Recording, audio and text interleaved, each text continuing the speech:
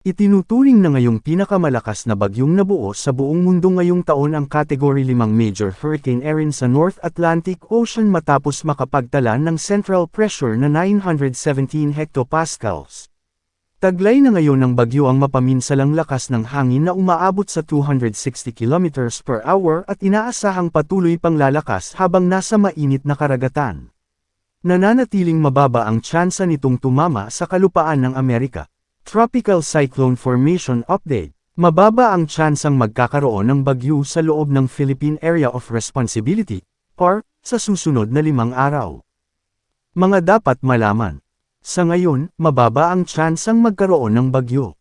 Bagamat may mga low pressure area, LPA, 08C, Invest 91W, sa labas ng Philippine Area of Responsibility, PAR, hindi ito inaasahang papasok sa PAR ang nasabing LPA.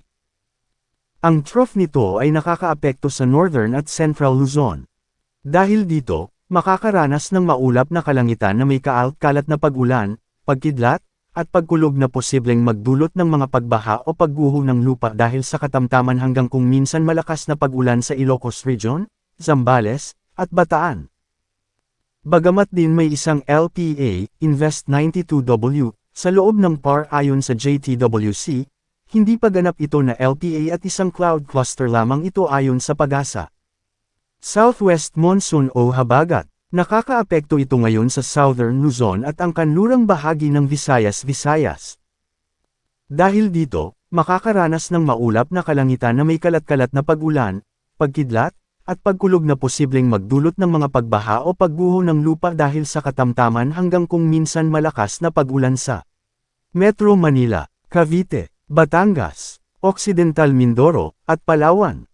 Localized thunderstorms. Ang nalalabing bahagi ng bansa, kabilang ang Bicol Region, ay makakaranas ng bahagyang maulap hanggang maulap na kalangitan na may posibleng pulupulong pag-ulan o pagkidlat at pagkulog na posibleng magdulot ng mga pagbaha o pagguho ng lupa sa tuwing severe thunderstorms. Paalala, posibleng magbago pa ang forecast. Ay pinapaalalahanan ng lahat na manatiling updated sa lagay ng panahon at sa posibleng tatahakin at magiging lakas ng sama ng panahon sa susunod na mga araw. Manatiling nakatutok sa Weather Balita para sa bago pang updates, don't forget to subscribe.